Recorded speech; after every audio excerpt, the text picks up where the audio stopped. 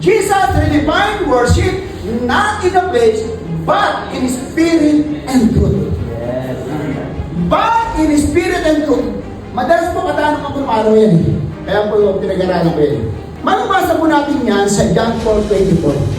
The rest of the Bible, hindi na natin mababasa from Old Testament na mag-worship tayo in spirit and truth. Because God is spirit and we must worship Him in spirit and truth. Ang tanong, nakakasama ba tayo in spirit and truth? Hello? Nakakasama ba tayo in spirit and truth? Parang mayroon sa putin, di ba? Pero maya, yun yung nakakasama talaga. Kasi sabi nga, ang pagsamba, hindi po yan kaya mong limitahan.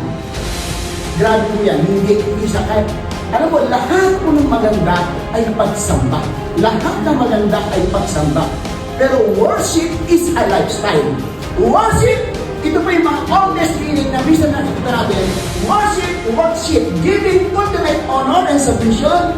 The Father seek worshiper, not just worship.